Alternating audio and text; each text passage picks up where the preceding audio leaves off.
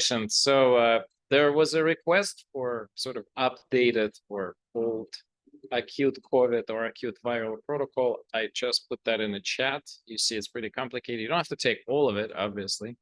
You can take some of it, but this is what we've used for past whatever years, and it's not any different. So some things to note, while there's some brands in there, it doesn't mean that you have to use those brands, right? So the only one, the last one, is that NAD booster. It's a bit more specific because that's a specific brand. I would highly discourage people to use oral NAD boosters like NR and MN because they take months to build in the blood. And, if anything, you should be doing NAD shots if you really sort of want to do something a bit more aggressive. But I'll leave it at that. I don't think I want to spend a lot of time on this. I'd rather do Q&A. There are no specific news, I will tell you that, except that there's just tons of political news, which we're not going to cover on this channel. We're staying out of that, and also a lot of this political news may just be so temporary that they're just not even worth mentioning. So with that, let's just go straight to questions, and I do want to make sure I end on time. I'm happy to yield time to Viktoriya too, by the way, if there are no questions. So, and as usual, I'll stay here past 3 o'clock.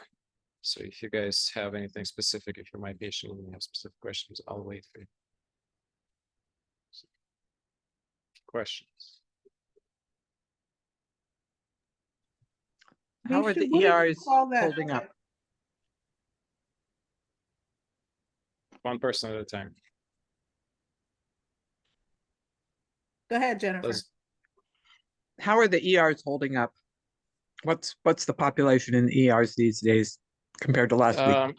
Let me tell you this way. I don't know about this week. I can't track it weekly, but last week I had a patient who had an acute bleeding, was in the ER for 12 hours and left. Couldn't wait anymore. 85-year-old with advanced Parkinson with acute bleeding. They couldn't see him in 12 hours.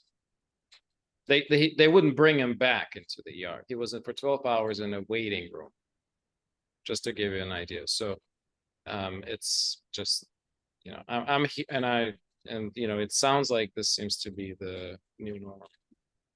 So if you need to go to ER, don't, unless you're actively dying. That's basically the bottom line. Direct admits or some other ways, but and I don't know if that was due to the fact that there was just all upper respiratory infections, but no, usually they prioritize patients. Giant asking, what are we calling this protocol? We're just calling it CIM early COVID protocol. It doesn't have any particular name. You can use it for any viral infections, by the way. It's non-specific. It's not going to treat COVID only. It's going to treat any. It's an immune booster in essence, right? Notice there's nothing directly against any particular virus. It's just optimizes your response to the virus. It doesn't treat the virus, right? So you can, if you want to use antiviral like Paxlovid, that's perfectly fine, but that would not in any shape or form be sort of against this protocol. It's perfectly fine, just an adjunct. Right, and you can't get last names with PCP. I agree. It's not a good situation. But that's not a question. It's a statement. All right. Any questions?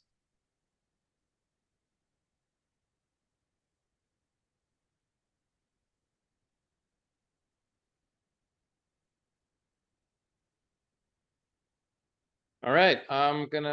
It's almost 2:10, so let's just yield my time to Viktoriya. And I'm gonna go ahead and mute myself. And let's spotlight Viktoriya too.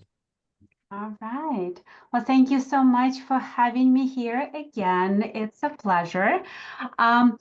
I was asked to talk about seasonal affective disorder today. And probably this time of the year, we all feel kind of a little sluggish, especially with all of the cold that hit DMV area and lots of other areas recently. Probably everyone is in a hibernation kind of a set of mind.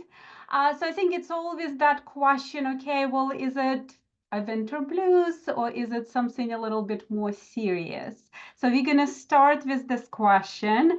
And if you want to put some of the things in the chat in terms of how you're feeling, how is this weather, time of the year affects your mood, your behavior, please feel free to share.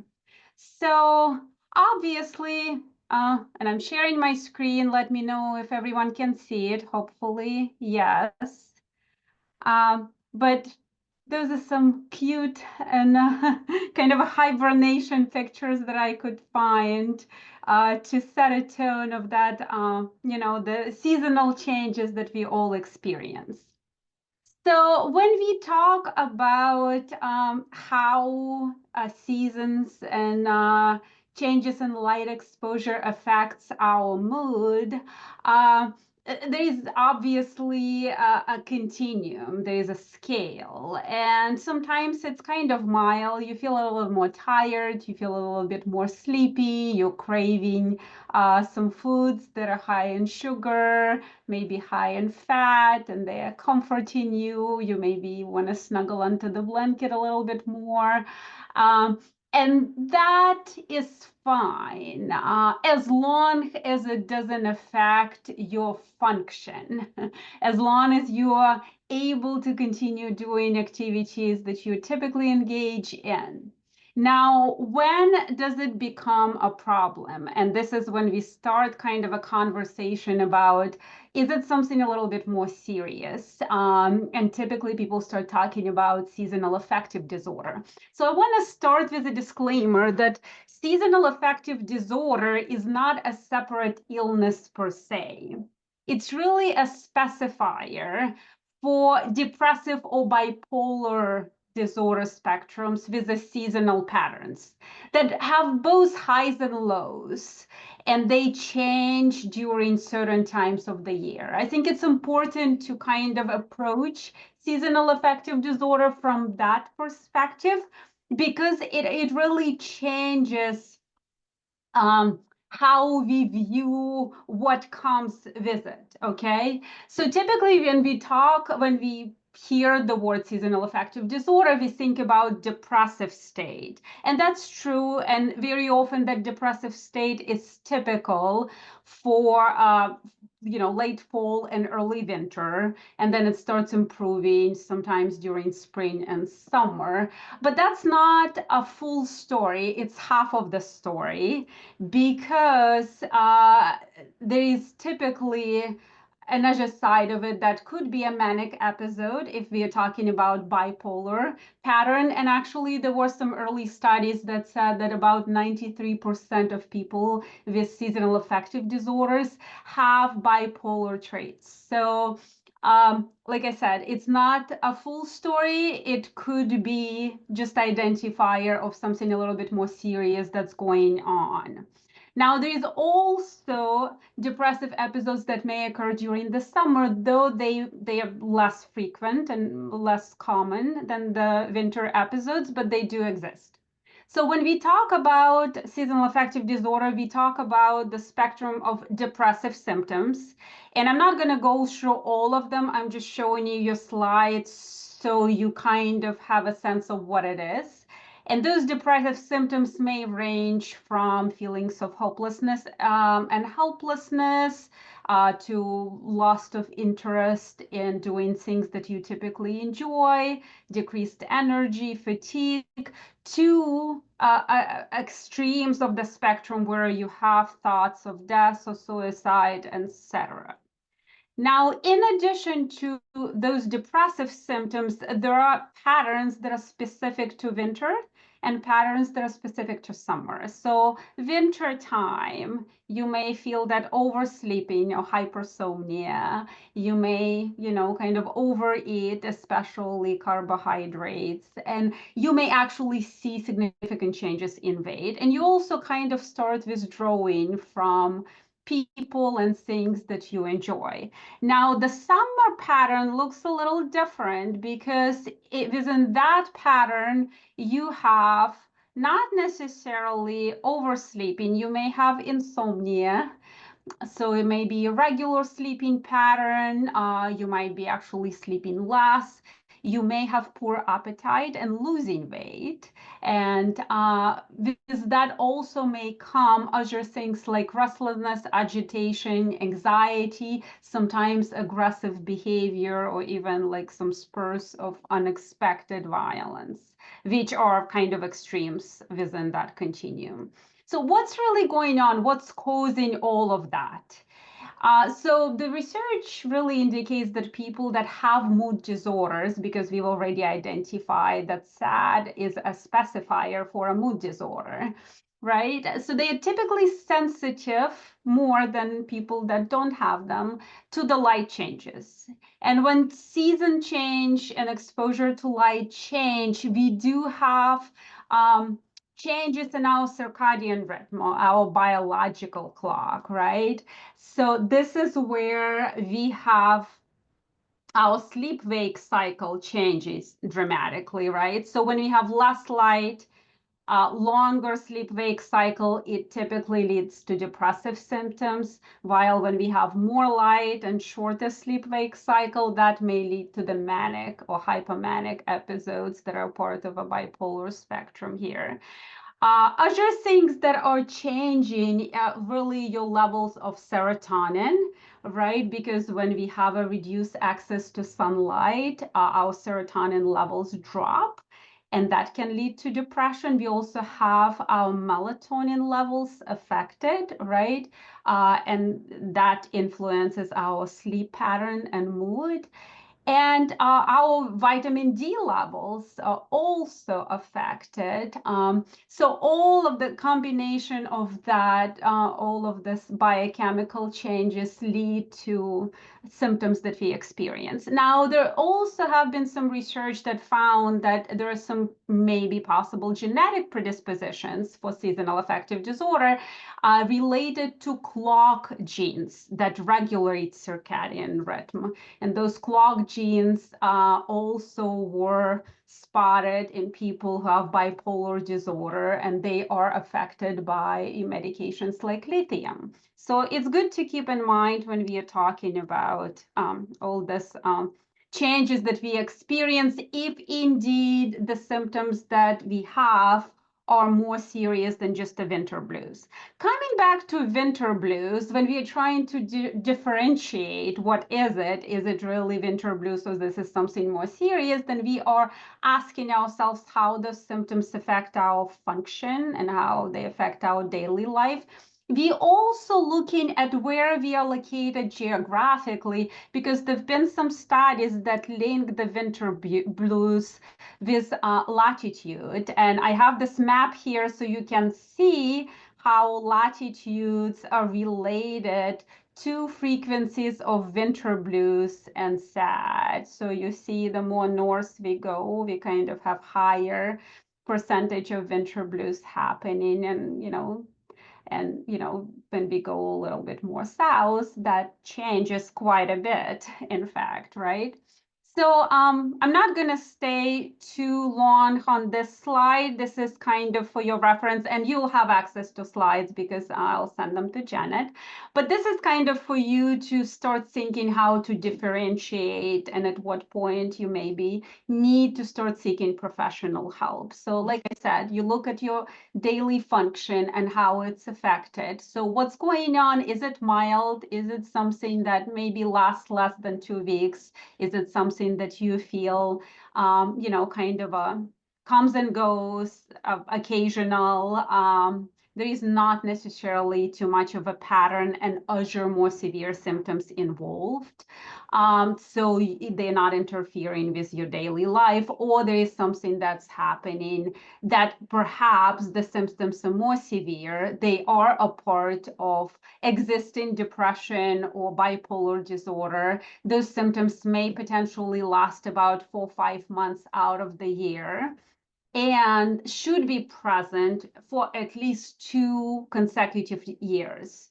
Though I should say that seasonal affective disorder not necessarily occurs every year. There are times where, those symptoms may not kind of repeat. They may skip a year or 2 and then they reoccur. But again, if they are lasting longer, like we are saying 4 or 5 months, if they are having a pattern, and if they are a part of the existing condition, then this is probably, kind of a seasonal depression that you are experiencing. Now, what do you do when you're experiencing seasonal affective disorder? What are some interventions that are proven to be effective?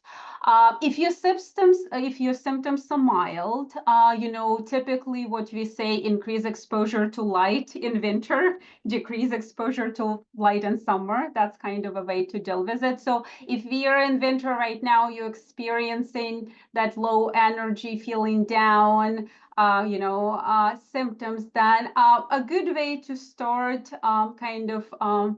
approaching this is to lift your bedroom shades, go outside and spend more time on the sun, especially in the first half of the day. Minimize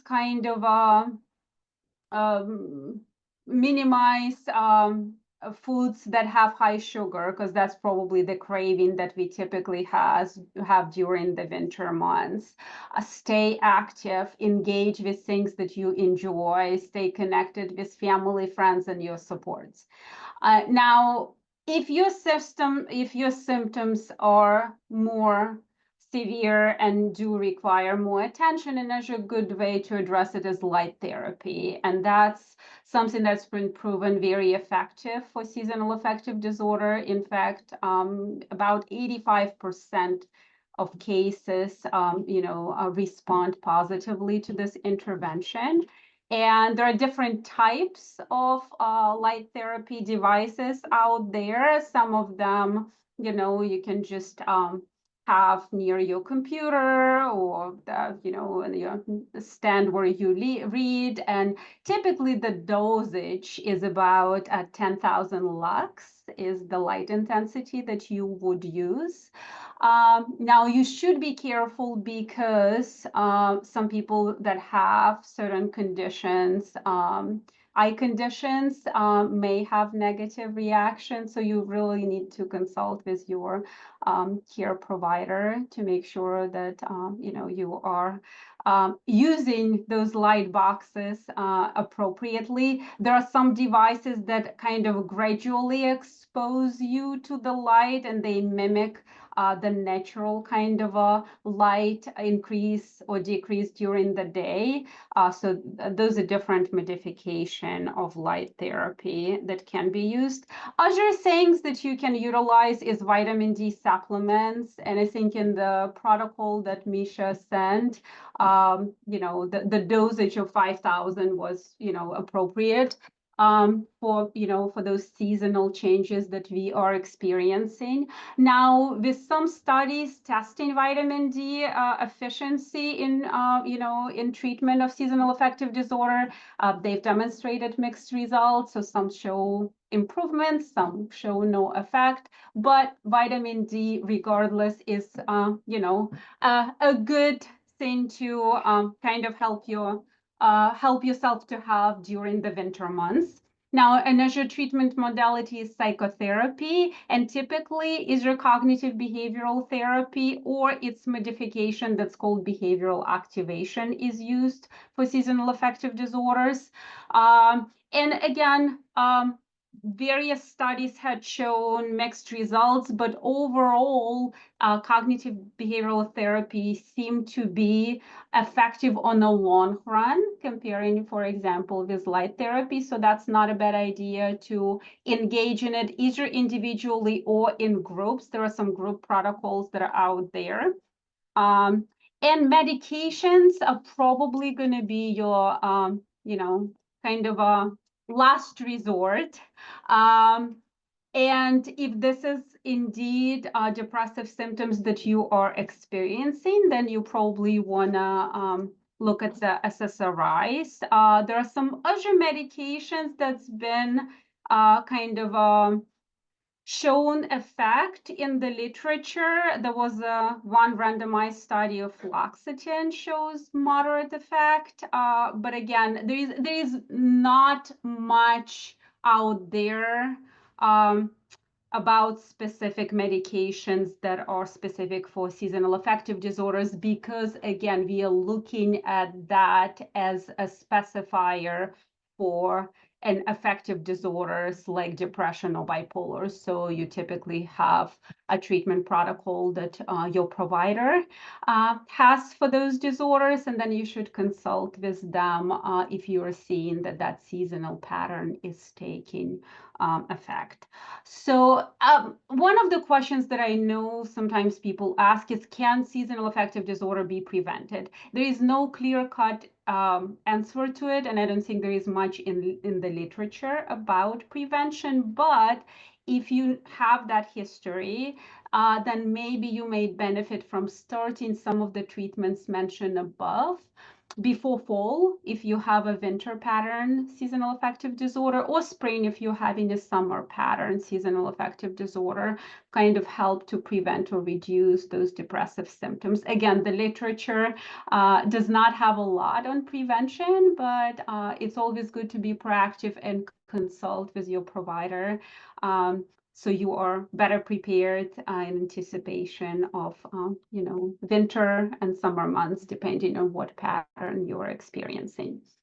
So if I were to summarize everything that we just discussed, I'm gonna, again, come back to seasonal affective disorder being not a separate condition, but rather an indicator or of of a depression or bipolar. So it's really a seasonality of existing affective disorder. You also need to remember it's just a half of the story, because your mood could be cycling and going from highs to lows and vice versa. You should think about winter blues as something being related to milder symptoms and possibly the latitude where you're located. Again, if you are engaging in some of the activities that help expose you to light more, that's something that should help with milder symptoms. So if you exercise, all those things that are, common sense, taking care of yourself, eating healthy, moving, being out in the sun, then that should hopefully address the milder symptoms. And again, if you're going into a more severe symptoms, then you should consult with your provider and engage things like light therapy, like supplements, and medications and psychotherapy. All right, I'm going to pause here and stop sharing my screen, and we have a few minutes for questions, so please feel free to ask. Oh, I see a great recommendation for Saffron that helps to enhance mood. Thank you so much for sharing it. Omer, am I pronouncing the name correct? Yes, yeah. This is a great verb to be used judiciously. If you use in small doses to season your meals, it may be an option. But please discuss with your doctor individually if this is safe for you before doing this. So there's some good evidence on this as well. Thank you so much for sharing that. It's a wonderful, addition to our discussions of what you can do with things that are, in your kitchen to help you battle, seasonal changes in your mood.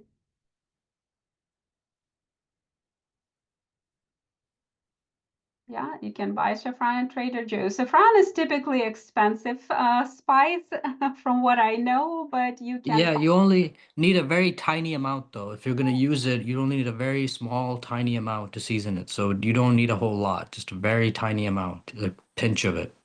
You know, again, it may interact with other medications that you're on, so please discuss with your doctor before doing it. Just and do not use a lot of it, you know. And the saffron at Trader Joe's is inexpensive for saffron. It's a good, I see another good question about changes in the daylight saving time policy impact the potential for seasonal affective disorders. Yes, this is a good question because research has shown that those changes in our clock, they affect a lot of things. They affect our mood, they affect our attention. I don't remember exact numbers, but there was research done where they looked at the number of car accidents. They actually skyrockets when you have those changes in our clock, in the daylight saving time, and vice versa. And same on the suicide rates. They also affected by the changes in our clock that that are made. So again, there is an effect, and there is literature on how it's affected. I know there've been discussions of whether or not we here in the U.S. should keep on changing the clock or should perhaps not. So we'll see what's going to happen. But yes, there is definitely an effect on a lot of different things, from our attention to our mood when that change occurs.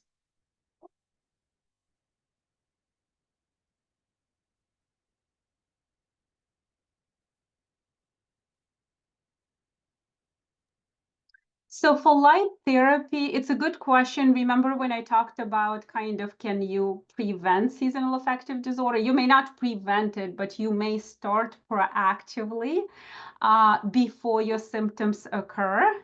And that probably a wise way to go. Now, if you're using light therapy for the winter kind of induced symptoms, make sure you finish your light therapy by end of February, because after that, we start building up light exposure.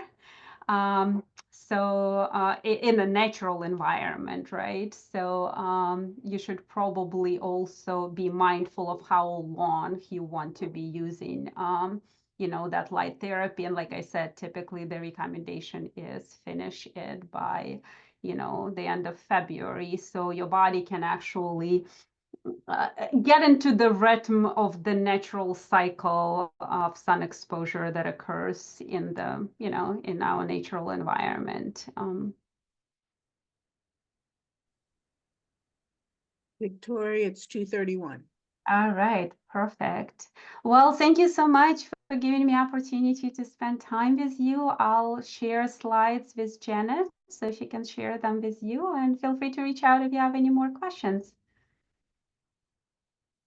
Have a wonderful Friday and weekend. Thank you. Thank you for visiting with us, Victoria. Thank you. Hi, everybody. Welcome, Angela. It's always great to be here. Thanks for inviting me again. But so let me see. Misha, do you have anything else? How do we go about that? I don't have any, like my practice is probably not gonna last for 30 minutes. That's okay. Just do as long as Just you go ahead want. and then we Yeah, have, and then what we'll do more is questions. we'll do more questions, and if there are no questions, we'll finish a little bit early, and just whoever wants to stay on to ask me clinical questions personally can do so. Okay, great. So I knew that Victoria was going to present on seasonal affective disorder. And I decided to offer a little practice, something from my somatic experiencing practitioner toolbox that goes along with this kind of mood. So we are, just let me first explain a little bit about what we're gonna do. It's very simple. So often we feel in our body, in our emotions, this kind of desire, like we're like, just like in winter, we want to crawl in the bed, cover ourselves with blankets, just stay warm, stay safe, sleep more, maybe eat more as well, because this is a hibernation mode. This is what, as a mammals, we are wired genetically to do, maybe not in every climate, but definitely in this climate. So this is the state of inactivity, kind of like contraction almost. And the mood is like, I don't want to do much. I want to conserve my energy. I don't want to do much. I don't want to move much. It, again, there are, of course, exceptions, like our kids, they want to go out in the cold and do whatever not. But some other mammals, just like two of my dogs, are really cozy sleeping on the couch right here. So I don't know what's true for you, but let's just explore that a little bit. So first of all, let's tune to our bodies and sense our physicality, where we are right now. It's important, it's going to be important for this little practice to sit safely. So check your position in a chair. So make sure you're kind of steady, you have support. And depending on how much support in a chair, you will be able to adjust the practice a little bit. So feel the support in the ground, feel the support in the seat of your chair. If you have back, also feel it there.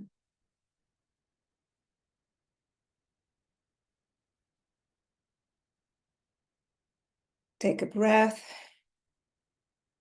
Adjust anything that you would like to adjust in terms of posture, in terms of position of your legs, arms, your neck, head, shoulders. If you want to stretch a little bit. Okay, just making sure we're comfortable. And then before we kind of go a little bit deeper into practice, open your eyes and take a look around. This is the eye movement exercise that I had a chance to present before. We can just do it really shortly. So just scan the room with your eyes, just noticing the environment, the big things, without looking into the details. A little bit like roll your eyes up, left, right. And after scanning and getting this information, you can just go to the center and just kind of stay centered.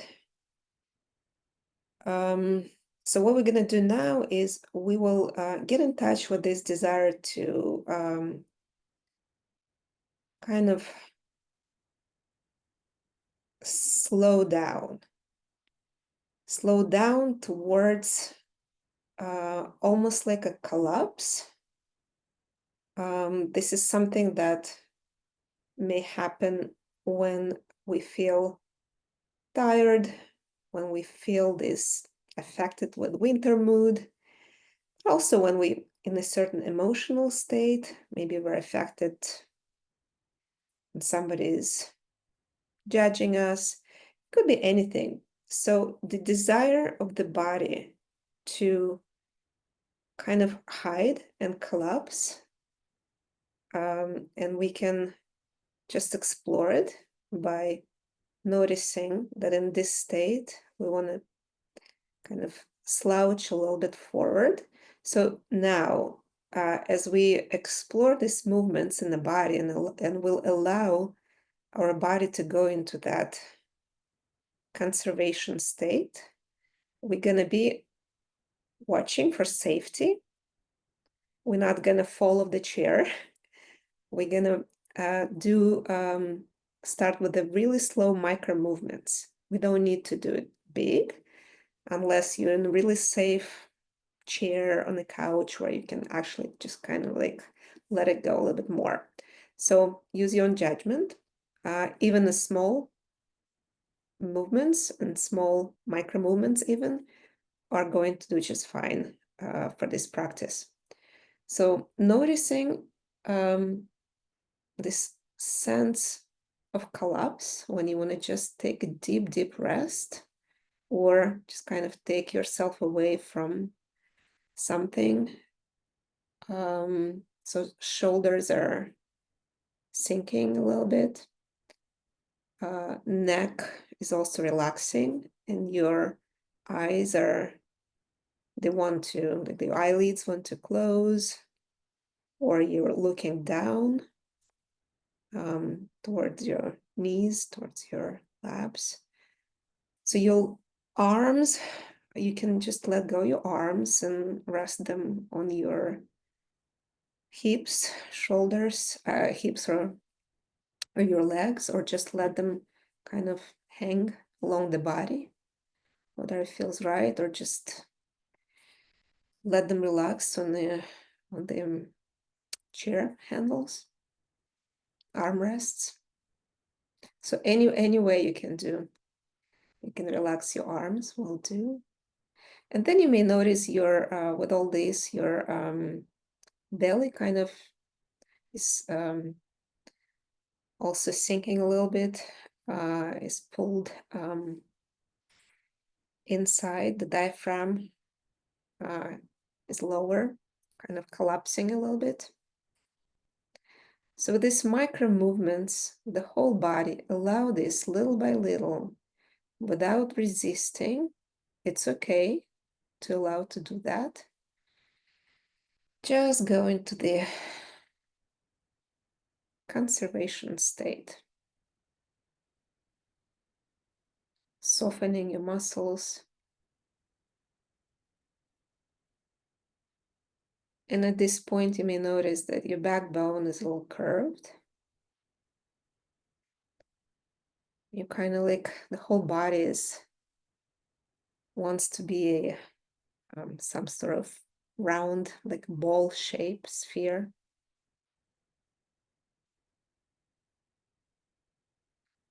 You may notice that your body feels heavier. And maybe breathing feels shallower. And we're just going to explore that state for a few more seconds. And then we will kind of wake up from that state, also very slowly. So it's important to allow this to be explored kind of to the bottom of this, not to resist. So the nervous system gets a certain process, it gets completed. And the energy will have a chance to reset. So just a couple more breaths.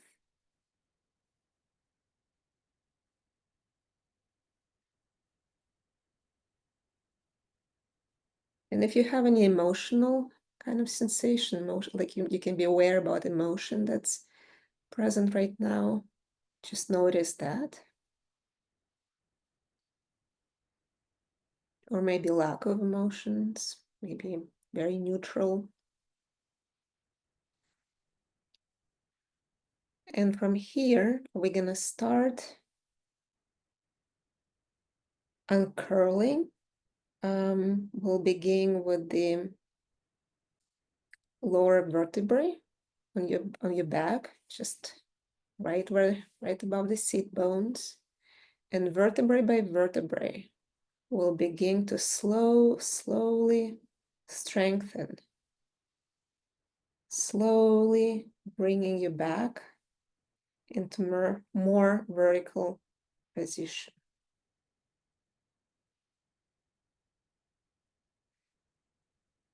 And you may notice that you want to take a little bit more of a breath, a little deeper breath. Just allow that. And just go one vertebrae by one, strengthening your spine from the lower back into the mid back.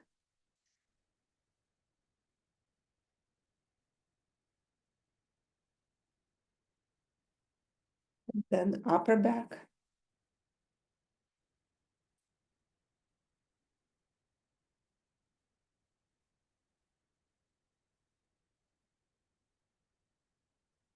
And then move your neck, your vertebrae in the neck, also strengthen them up one by one.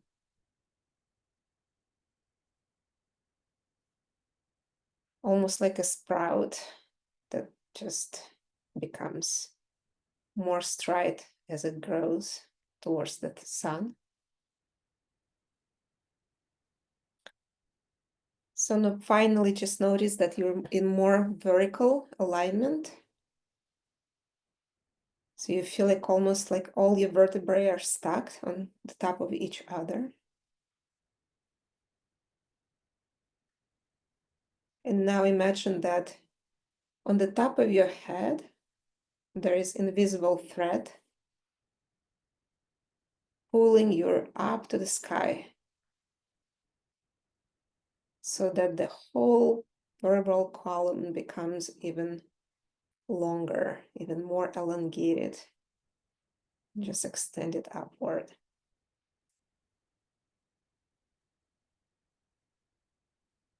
Just notice sensations in your chest. Notice your breath. Just notice if you're in the chest, there is more sensation of expansion, which is the opposite of contraction. And then you want to move your shoulders even more and stretch your arms.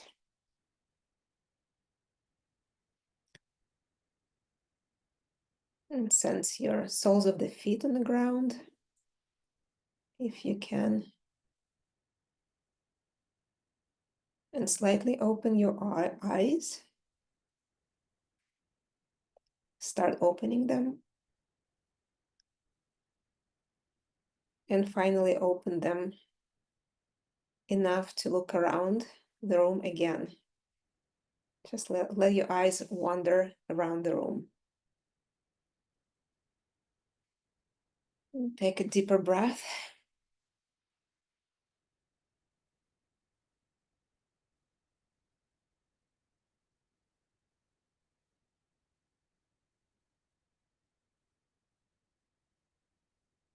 So we just went into contraction state slowly and then returned into more expansion state. It's a natural dynamic of the living body. And just to integrate, maybe we can take our hand and place it on the chest and the belly.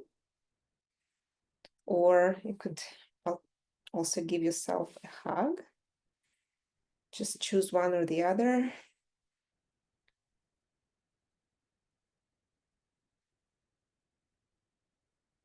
And again, just check with it, sensing your whole body. And look at the screen, into the windows of all the participants, so we could feel all together.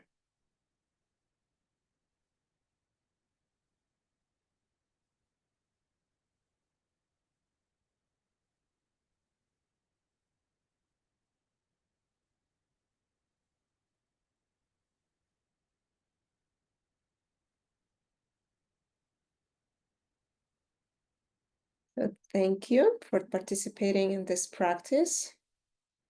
So again, the idea of this is to explore natural states of our physiology, and allow So what Peter Levine says, the complete response of any natural response, complete response makes it impossible to remain kind of stuck, in this case, in this collapsed, depressed state associated with this, with the sense of collapse. So it's just we're exploring, going into that, allowing that, exploring, not resisting, but then safely returning.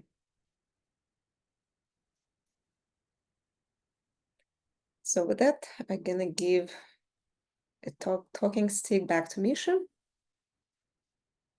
Is he here?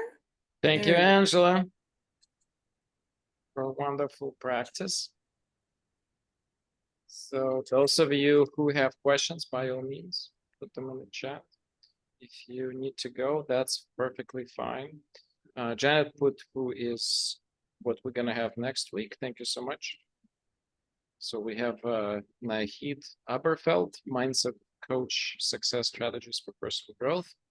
And looks like she's going to be doing both mindfulness and wellness talk as well.